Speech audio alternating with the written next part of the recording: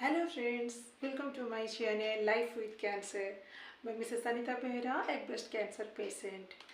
हर बार की तरह आज भी मैं कुछ नई और जानने वाली इन्फॉर्मेशन देने जा रही हूँ जो मैं खुद एक्सपीरियंस कर चुकी हूँ। ये बात बहुत छोटी छोटी है लेकिन काफ़ी इम्पोर्टेंट है। अगर कैंसर पेशेंट है या उनके घर वाले हैं तो उनके लिए तो जानना ही है, और जो कैंसर पेशेंट नहीं भी है उनको भी ये बात बहुत हेल्प करेगा।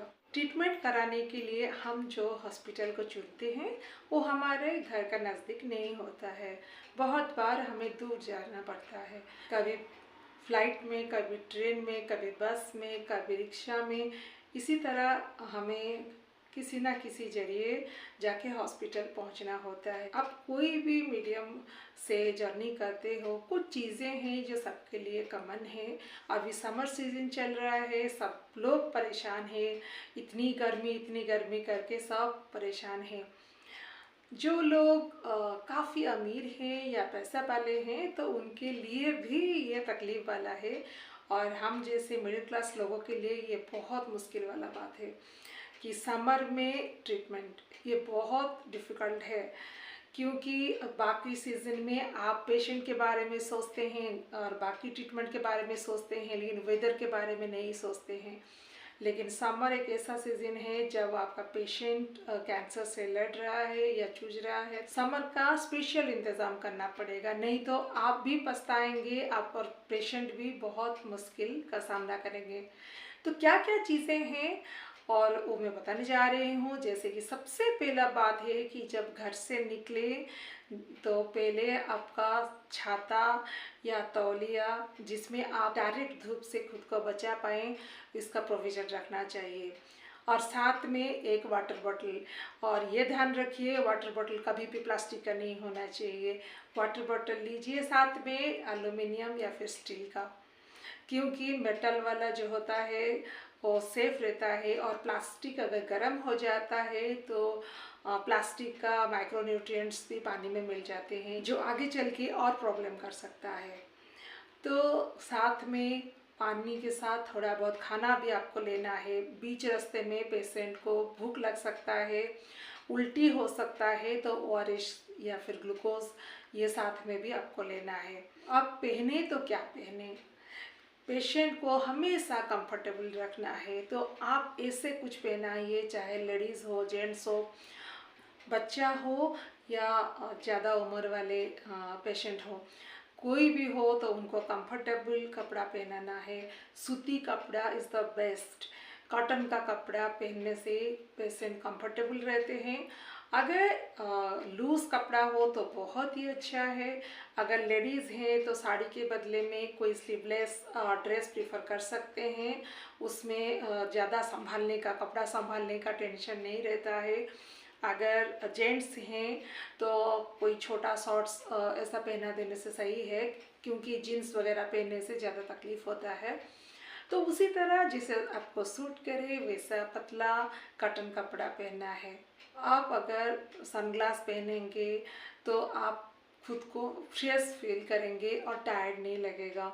तो इसीलिए ये सब के लिए है, ये पेशेंट के लिए भी, अटेंडेंट के लिए भी सनग्लास इज़ मस्ट।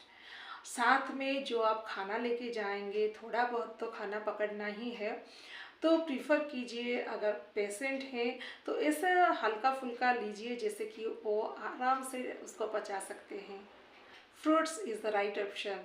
फ्रूट्स बहुत अच्छा होता है। साथ में आप खीरा भी लेके जा सकते हैं, गाजर लेके जा सकते हैं।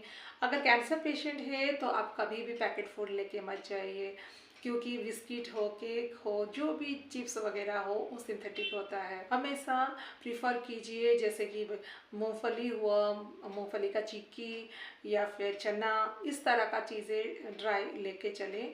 तो अगर आप यूज़ भी नहीं किए तो वो रह जाएगा, सड़ेगा नहीं। अगर कैंसर ट्रीटमेंट के लिए जा रहे हैं तो थोड़ा और कुछ सावधानी आपको बरतनी है, specially during chemo period. Chemo के दौरान डाइटिशियन जो होते हैं आपको आपका डाइट का लिस्ट दे देते हैं, तो उसी हिसाब से आप खान पान करिएगा, वो बहुत अच्छा रहता है। लेकिन कुछ कॉमन चीज़ें हैं वो सबको ख्याल रखनी है। अगर आपका डाइटिशियन आपको नहीं भी दिए हैं तो आपको ये फॉलो करना है। मैं अपना कुछ एक्सपीरियंसेस आप लोग के साथ शेयर करूंगी। मेरा जो केमो है वो फरवरी लास्ट वीक में शुरू होके जून फर्स्ट वीक तक चला था। वो टोटल पीरियड समर सीजन का था, इसलिए मुझे बहुत कुछ प्रॉब्लम का सामना करना पड़ा था। और जो जो मैंने सामना किया है और वो सब का जो लास्ट में मैंने उसका हल खोज के निकाला था, मैंने पूछताछ करके कुछ डॉक्टर से, कुछ एक पेशेंट से, अलग पेशेंट से, तो ऐसा करके मैंने बहुत कुछ इन्फॉर्मेशन गैदर की थी। वो सब आप लोग के साथ शेयर करने जा रही हूँ। केमो के दौरान पेट को ठंडा रखना ज़रूरी होता है। जैसे मैंने बताया, आपको काफ़ी सारा पानी पीना है। जितना पानी पिएंगे, जितना लिक्विड आप कंज्यूम करेंगे, वो केमो का जो दवाई है वो फ्लश होके आपके पेशाब के जरिए बाहर निकल जाएंगे। जब मेडिसिन ही बाहर निकल जाएगा, उसका साइड इफ़ेक्ट कम होगा, आपको तकलीफ़ें कम होंगी। तो आपको पानी पीना ही है।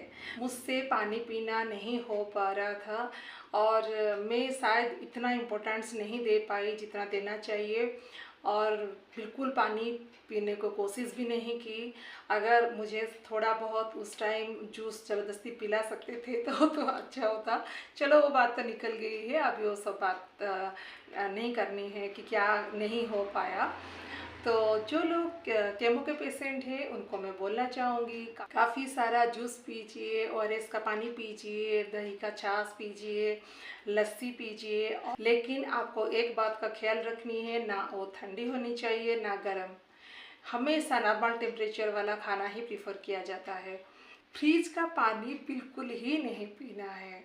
तो ये बात एकदम से कान खोल के सुन लीजिए क्योंकि डॉक्टर बार बार वार्निंग देते हैं कि not to drink cold water, किसी भी हालत में नहीं। वो बॉडी में रेजिस्टेंस कम कर देगा, इम्यूनिटी पावर कम हो जाएगा और आपका उस टाइम गले में रैशेस होता है तो उसके लिए प्रॉब्लम होगा। इसीलिए हमेशा आप प्रीफर कीजिए नॉर्मल पानी। अगर ठंडा पीने को मन किया तो मटके में पानी रखिए और वही वाला पानी को यूज़ कीजिए। हम लोग भी वही करते थे। लास्ट को हम लोग को एक मटका खरीदना पड़ा और उसी में पानी रख के हम पिए। काफ़ी ठंडा होता है और पुराना ज़माना का याद दिला देता है। नारियल का पानी बेस्ट ऑप्शन है, लेकिन डॉक्टर मना करते हैं पोटेशियम बढ़ने का चांसेस ज़्यादा रहता है केमो के बाद, इसीलिए डॉक्टर नारियल का पानी हर दिन पीने को मना करते हैं। आप उसके बदले में बहुत सारे तरबूज का जूस, संतरे का जूस, नींबू पानी, ये सब फलों का जूस आराम से पिए। एसी रूम हमेशा प्रीफर कीजिए रहने के लिए, लेकिन जिनका नहीं हो पा रहा है कोई बात नहीं है, पेशेंट को थोड़ा कूलर या फिर पंखे के नीचे रहना है। किसी भी तरह से हम ठंडक पहुंचा पाए तो अच्छी है। नहाना एवरीडे है। नहाने के लिए कभी भी हिचकिचाइए नहीं। मन तो नहीं करेगा क्योंकि तभी बहुत वीकनेस होता है, तो बाथरूम जाके नहाने के लिए भी ताकत नहीं होता है। तो बहुत पेशेंट उसी वजह से नहाना नहीं चाहते हैं, लेकिन ये ज़रूरी है। अगर आप नहाते हैं तो प्रीफर कीजिए सुबह के टाइम में नहा लीजिए, तभी टंकी का पानी गर्म भी नहीं हुआ होगा और आप आराम से नहा पाएंगे। थोड़ा लेट में नहाने से पानी गर्म हो जाता है।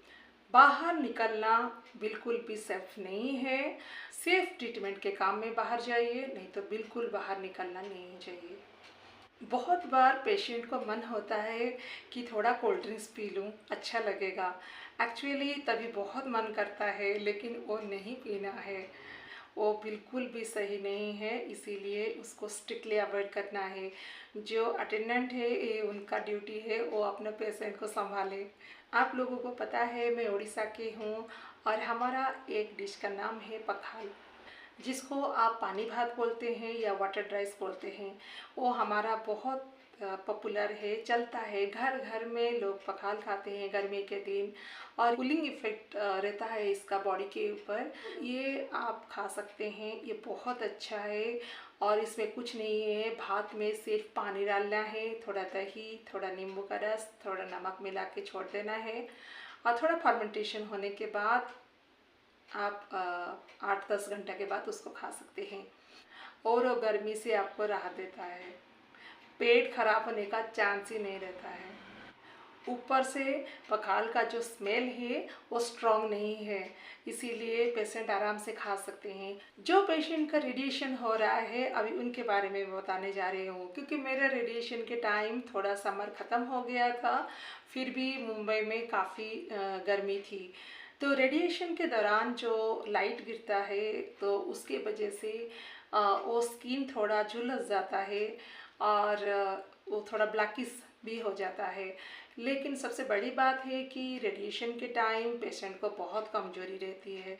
अगर वो गर्मी का दिन रहे तो आपको उसी तरह स्पेशल ट्रीटमेंट करनी है अपनी पेशेंट का।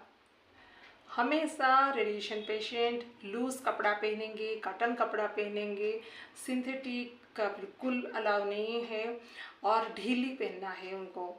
अगर लेडीज़ हैं तो उनको अंडरगारमेंट्स पहनना ही नहीं है, ना कि किसी तरह का साबुन, तेल, क्रीम, टाल्कम पाउडर कुछ भी अप्लाई करना मना है।